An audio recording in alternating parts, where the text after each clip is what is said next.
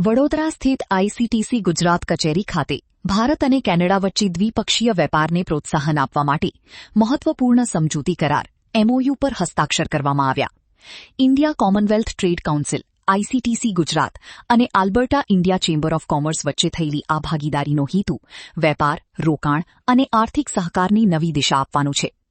આ બેઠકમાં દ્વિપક્ષીય વેપારની વિશાળ સંભાવનાઓ પર ચર્ચા કરવામાં આવી અને વિકસિત ભારત @2047ના વિઝનને અનુરૂપ એમએસએમઈ ક્ષેત્રને કેન્દ્રસ્થાને રાખીને વેપાર રાજદ્વારી મજબૂત બનાવવા પર ભાર મૂકાયો.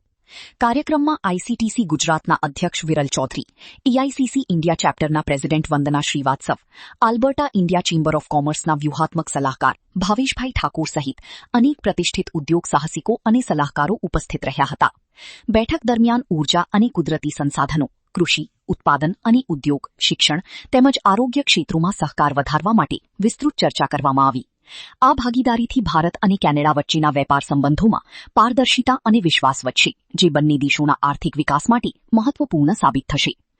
India Commonwealth trade council Gujarat ઓફિસે Alberta India chamber of commerce સાથે એમઓયુ સાઇન કર્યું. Alberta India chamber of commerce એ કેનેડાનું એક ચેમ્બર ઓફ કોમર્સ છે અને જેમની સાથે આઈસીટીસી ગુજરાત એ natural resources, education, textiles, pharmaceuticals અને એનર્જી સેક્ટર્સમાં એકબીજાની માટે મદદરૂપ થશે એ રીતે એ આગળ ભવિષ્યમાં કામ કરશે.